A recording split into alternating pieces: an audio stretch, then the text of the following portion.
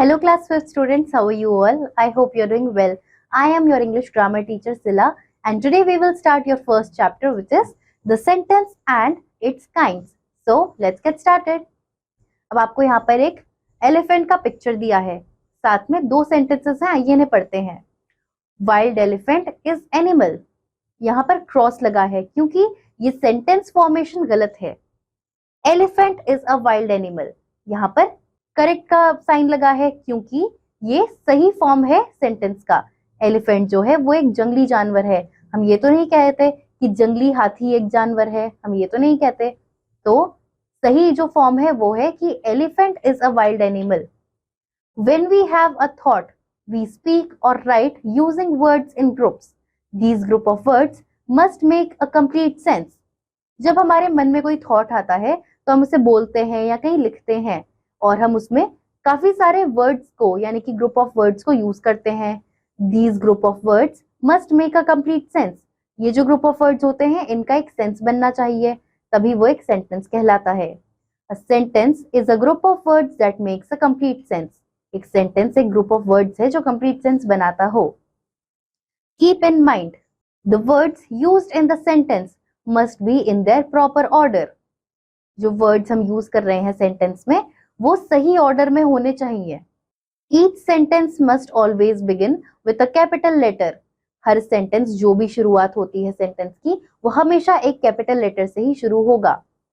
Punctuation marks like full stop, question mark और exclamation mark must be used in the end of sentence. जब भी हम कोई sentence लिखते हैं तो अगर वो असर्टिव सेंटेंस है तो हम उसमें फुल स्टॉप लगाएंगे, इंटररोगेटिव होगा तो क्वेश्चन मार्क लगाएंगे, एक्सक्लेमेटरी सेंटेंस होगा तो एक्सक्लेमेशन मार्क लगाएंगे. इस तरीके से हम सेंटेंस को एंड करते हैं. नेक्स्ट आपको एक फ्लो चार्ट दिया है. Kind of sentences. सेंटेंसेस कितने तरीके के होते हैं? 5 तरीके के होते हैं. हमने पहले भी ये चीज पढ़ी है. तो क्या क्या है वो? assertive sentence, interrogative sentence, imperative sentence, exclamatory sentence and optative sentences. चलिए इन्हें डिटेल में समझते हैं. assertive और statement sentences. An assertive sentence express a statement to tell a fact. A statement sentence always ends with a full stop. Assertive sentence may be classified into affirmative and negative sentence. Assertive sentences जो होते हैं वो किसी तरीके के कोई statement या fact होते हैं और वो हमेशा एक फुल स्टॉप से ही एंड होते हैं. असर्टिव सेंटेंस एफर्मेटिव भी हो सकते हैं या फिर नेगेटिव भी हो सकते हैं. Affirmative sentence, sentence which simply affirm something is called an affirmative sentence. ऐसे सेंटेंस जो किसी पॉजिटिव तरीके से बोले गए हो वो एफर्मेटिव सेंटेंसेस होते हैं. एग्जाम्पल के तौर पर हम कह सकते हैं good health depends on sound notation. Science is the great boon to the modern world. तो ये दोनों ही सेंटेंस एफर्मेटिव थे, इसीलिए हम इन्हें एफर्मेटिव सेंटेंस कहते हैं. Negative sentence, sentence which contain a negative statement is called negative sentences. For example, it is not a good movie. The moon does not revolve around the sun. तो यहाँ पर negative sentence क्या होता है? जब उसमें कोई नेगेटिव वर्ड आता है स्टेटमेंट में उसे हम नेगेटिव सेंटेंस कहते हैं.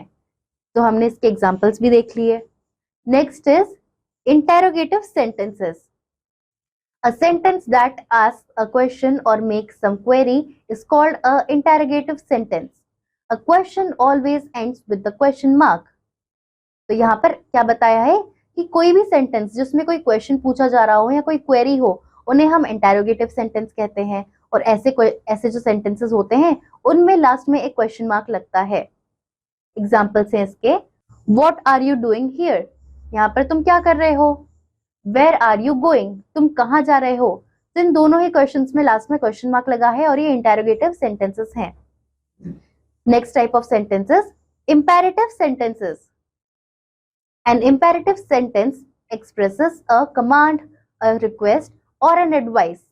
इंपेरेटिव सेंटेंस जो होते हैं वो एक कमांड या एक रिक्वेस्ट या कोई एडवाइस फॉर्म करते हैं. For example stand up on the bench. तो ये कमांड है. ऑलवेज स्पीक द ट्रुथ, ये एक एडवाइस है. प्लीज लेंड मी 100 रुपीज, ये एक रिक्वेस्ट है. तो इस तरीके के जो सेंटेंसेस होते हैं वो होते हैं imperative sentences. Next is exclamatory sentences. An exclamatory sentence expresses a strong or a sudden feeling. An exclamatory sentence always ends with a mark of exclamation.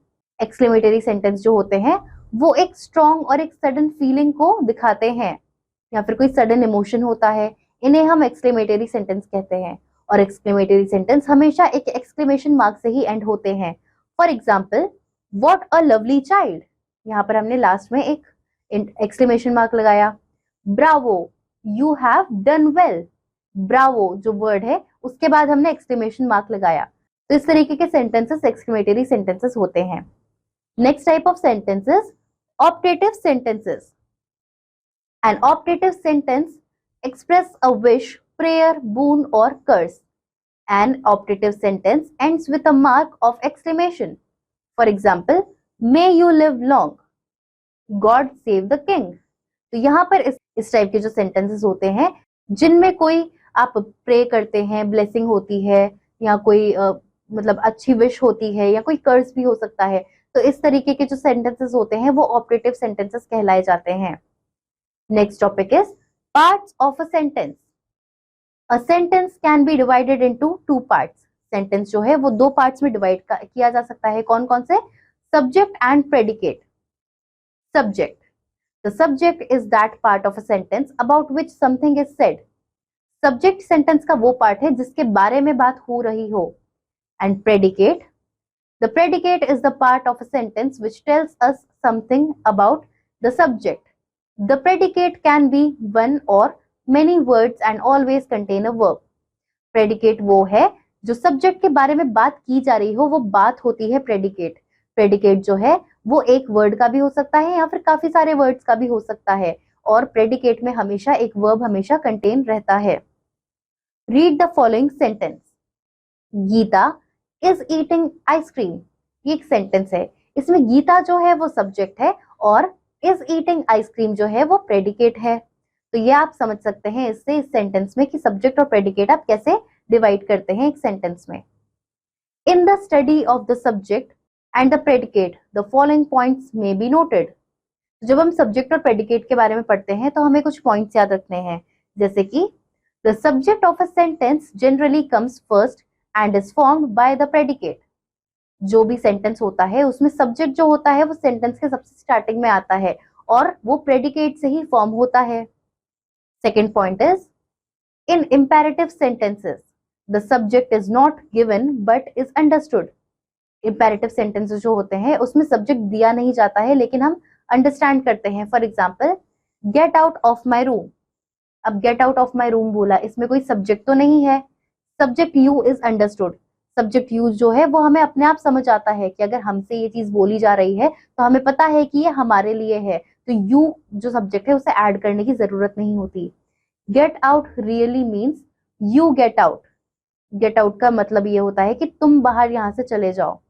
Go there really means you go there, कि वहां जाने की अगर बात की जा रही है और आपसे अगर बात की जा रही है तो विच मीन्स ऑटोमेटिकली कि आपको कहा जा रहा है बाहर जाने के लिए। तो कुछ सेंटेंसेस ऐसे हैं जिनमें हमें सब्जेक्ट ऐड करने की जरूरत नहीं होती क्योंकि वो ऑलरेडी अंडरस्टूड होता है। Next is question time. Section A, tick the correct option. A group of words that make a complete sense is called a sentence. बहुत सारे ग्रुप ऑफ वर्ड्स को जब ऐड करते हैं और वो एक कंप्लीट सेंस बनाते हैं तो वो एक सेंटेंस होता है।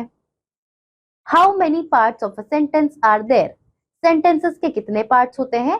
सेंटेंसेस के दो पार्ट्स होते हैं, सब्जेक्ट एंड प्रेडिकेट। इसी तरीके से बाकी क्वेश्चंस को आप सही ऑप्शंस चूज करके टिक करेंगे। Next is section B, arrange the following group of words in proper order to make a meaningful sentence. अब आपको वर्ड्स को सही ऑर्डर में अरेंज करना है सो दैट वो एक मीनिंगफुल सेंटेंस बनाए। जैसे कि पहला है for trying you are what, इसको आप लिख सकते हैं what are you trying for. ऐसे ही दूसरा देखिए, lie a tell not do, तो आप यहाँ पर लिख सकते हैं do not tell a lie. ऐसे ही आप बाकी सेंटेंसेस को सही फॉर्म करके उसे मीनिंगफुल सेंटेंस बनाएंगे। Next is section C, read the following sentences and state the kind of each. अब आपको सेंटेंसेस पढ़ने हैं और बताने हैं कि वो किस काइंड के सेंटेंसेस हैं। जैसे कि सबसे पहला है what are you trying for, जो हमारा ऊपर एक ऑप्शन नहीं था वैसा ही ये किया है, what are you trying for, इसमें लास्ट में क्वेश्चन मार्क है, तो ये एक इंटेरोगेटिव सेंटेंस है। Next is don't tell a lie, ये एक एडवाइस है, तो यहां पर आप लिखेंगे imperative sentence. Third is open the door, ये एक कमांड है, एक ऑर्डर है, तो ये भी इंपेरेटिव सेंटेंस में ही आएगा। Mister Sharma is going for a walk, ये एक स्टेटमेंट है, एक फैक्ट है, तो ये असर्टिव सेंटेंस है। Fifth one is Switzerland is a beautiful country, Switzerland एक ब्यूटीफुल कंट्री है, ये एक स्टेटमेंट है, तो ये एक असर्टिव सेंटेंस हुआ। तो इसी तरीके से आप सभी सेंटेंसेस को आइडेंटिफाई करेंगे कि वो कौन से काइंड के सेंटेंसेस हैं। Next is section D, separate the subject and the predicate in the following sentences. अब आपको यहाँ पर सेंटेंसेस दिए गए हैं, इनमें से आपको सब्जेक्ट अलग करना है और प्रेडिकेट अलग करना है। जैसे कि सबसे पहला है हनी इज स्वीट, इसमें हनी की बात हो रही है, तो हनी जो है वो सब्जेक्ट है, इज स्वीट जो है वो प्रेडिकेट है। सेकंड देखिए, the Ramayana is a holy book, Ramayana जो है वो एक होली बुक है, तो रामायणा की बात हो रही है, तो वो सब्जेक्ट है, और इज अ होली बुक जो है वो आपका प्रेडिकेट हुआ। The earth moves round the sun, तो यहाँ पर अर्थ की बात हो रही है, तो अर्थ सब्जेक्ट है, मूव्स राउंड द सन जो है वो आपका प्रेडिकेट हुआ। तो इसी तरीके से बाकी सेंटेंसेस में भी आप सब्जेक्ट और प्रेडिकेट को अलग अलग करेंगे। सो आई होप आपको सेंटेंसेस क्या होते हैं वो समझ आया होगा, साथ ही में कितने टाइप के होते हैं, 5 तरीके के होते हैं वो हमने पढ़ा, सब्जेक्ट और प्रेडिकेट क्या होते हैं इन्हें भी हमने डिटेल में समझा। सो आई होप आपको ये चैप्टर क्लियर है। एक्सरसाइज अब अपने आप करेंगे and we will meet you in the next class. Till then bye students.